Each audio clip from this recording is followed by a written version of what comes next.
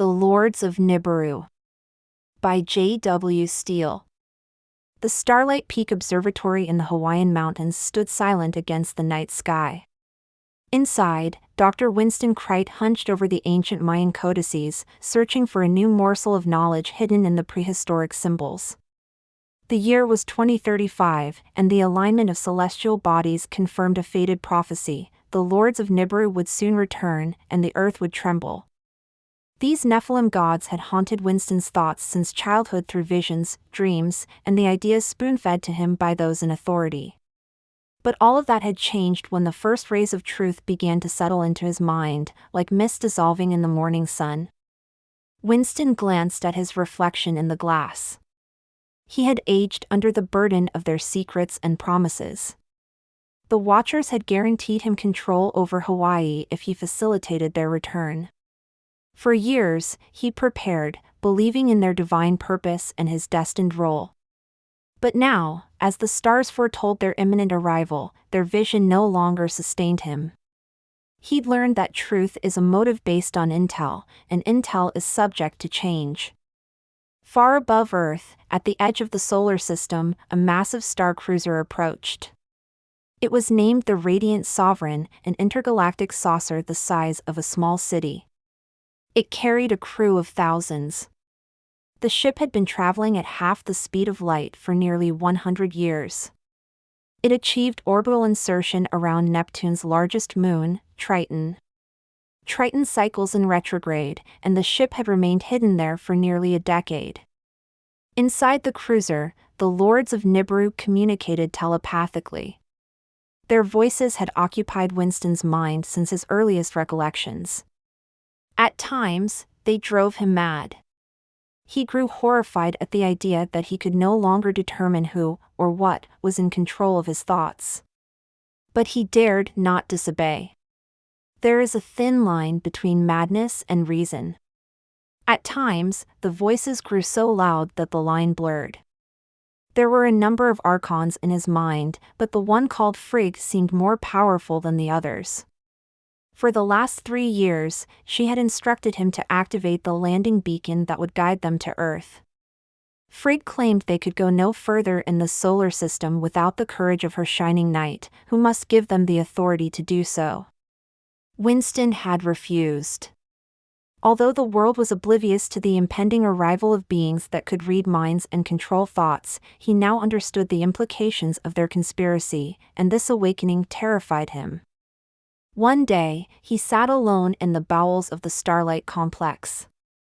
A Glock 9mm and a half-empty bottle of Russian brandy sat on the desktop before him. The silence cut like a razor, and the voices in his head raged. "I cannot do this," he screamed internally. "There must be another way." Frigg appeared on the telescreen. "Do it for the love of humanity," she said, her voice dripping like honey. "We have much to give the Anthropos, and the Elohim are a generous race. Where is the courage of the human I love?" This was the moment that would follow him for the rest of his life. He looked at the pistol and sighed. "There is no egress, is there, Frigg? You've sealed all the doors." He stumbled over to the encrypted server and opened the portal that would allow them access to planet Earth. One day, in the lab, Winston's assistant, Maria, confronted him. She was a licensed psychotherapist with a doctorate in climatology. Maria had grown accustomed to his blunted effect, and she felt gratified when he opened his mind to her, but this only happened if she asked him to. "Winston, what are you doing? I know the voices are annoying, but you've never revealed to me what this war inside you is all about."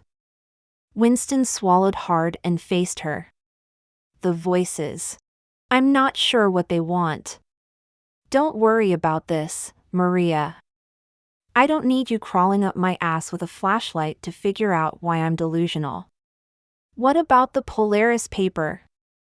Have you finished your research for the council?" Maria said nothing. She looked at him, her eyes piercing the fog of his convictions. The doctor lowered his gaze.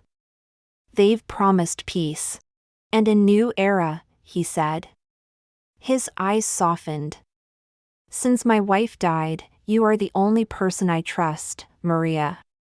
I can no longer bear the weight of my comprehension alone.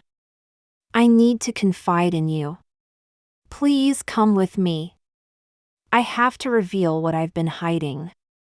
Starlight Peak had several underground bunkers. They took the elevator to level 7. Maria had never been there. For her, level 7 existed only as a rumor. The door opened, and they followed the corridor to the hidden chamber. They halted before the reinforced blast door. Winston carefully entered the passcode into the keypad. The confirmation light blinked green and the door hissed open. He looked at her and winked. My father used to bring me to Starlight Peak when I was a kid. And look at me now, I own the place. Maria snickered. I was going to ask how you're doing, but I realized you'd probably prefer to tell me anyway, she said dryly. They entered the chamber. The ambient lighting inside was soft. Before them stood a state-of-the-art communications center, its walls lined with large computer screens. The screens displayed intricate data, real-time simulations, and complex algorithms. This is my private hell, Winston said. I could live here alone forever. Maria approached him and looked into his eyes. Is that what you really want, Winston? To be alone forever? God, she was beautiful. Her blonde hair shimmered in the soft light. Her curves were full and elegant, and her breasts well-formed. Winston walked closer. They looked at each other, and he swept her into his arms. They kissed for a long time. He held her for a moment. I guess some sparks can't be contained, can they? I've got more to reveal, Maria. And there's not a lot of time. I'm going to lay it out in plain English, honey. I did something I deeply regret. Can you understand me? I've worked with you for nearly a decade, Winston. I don't think anyone knows you better than I do. What would you like me to know? He walked over to the monitor and sat down. Come over, Maria. You need to see this. She sat down near him. A holographic projection of the Lords appeared on the telescreen. Their green ethereal forms radiated power and a commanding presence of awe and authority. Who could resist them? Winston said. It looks like trick or treat to me, she said. I need you to be specific. What did you do? Winston held his head in his hands and rubbed his brow. I sold us out, honey. I sold out the world for a piece of real estate that I can never own. Even if they honor our agreement, the Lords will get it back after I am gone. I activated the beacon. The Elohim are on their way here as we speak, he paused. Do you hate me? She looked into the monitor. Winston, even the greatest men falter under such weight.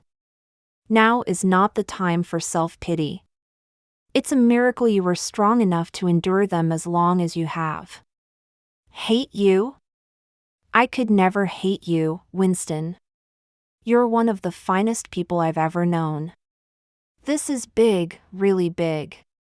But there may be a way. Winston raised his head. You're as beautiful inside as you are out, Maria. It's been a long time since anyone understood me, or the power of the Archon mind. Thank you. She remained indifferent, her focus sharp. You said you opened a portal. Do you remember the coordinates? Of course I do. They're etched in my mind, like an unholy engram I can't escape. Maria got on the keyboard and began to type. There's a massive volcano in Siberia showing signs of imminent eruption. How difficult would it be to alter the coordinates of the signal? We can reprogram the beacon, Winston. Lead them away from the populated areas. Do you believe in God, Winston? I do now, he said. Good, because it's going to take a higher power for us to pull this off. He slammed his fist on the desk. I'll do it. They think they're so fucking smart. We're nothing but subhuman animals to them. Yes, she replied. They're not saviors, they're conquerors. I've known it all along. Maria elaborated on her idea, speaking each word slowly as the plan took shape in her mind. The Klyachevskaya Sopka is the largest active volcano in Siberia. I've been watching it for a while now. Its seismic activity is growing stronger every day, which indicates its magma is moving toward the surface. GPS indicates the volcano is bulging, and volcanic gases in this sector are increasing. Cracks and fissures are now appearing on the surface. Fumaroles have started to emerge near the... Maria! Give it to me straight! What the hell does all that mean? Without missing a beat, she replied, it means it's going to blow. On the far horizon, a glimmer could be seen. It traveled through the heavens like a comet. The radiant sovereign descended majestically through the cloud cover of the Siberian atmosphere. Frigg laughed. Soon they will discover the power of our wrath. We existed before the Almighty One poured his spirit into the Anthropos, and now it is our privilege to take revenge on the subhuman animal. Winston and Maria monitored their approach, tension thick in the air. A ball of lightning descended from the sky, and the earth trembled. A deafening roar preceded the eruption, spewing molten lava and ash miles into the sky. The radiant sovereign tilted on its axis. The lords understood the deception too late. Frigg stood before the telescreen, her eyes burning. You have betrayed us, infidel, she screamed. Your betrayal will not go unpunished. We will drag you into the void with us. A river of flame shot forth from the smoldering caldera and drew the radiant into the ocean of magma, where it sank into the blazing depths. After the incident, the world went on as it always had.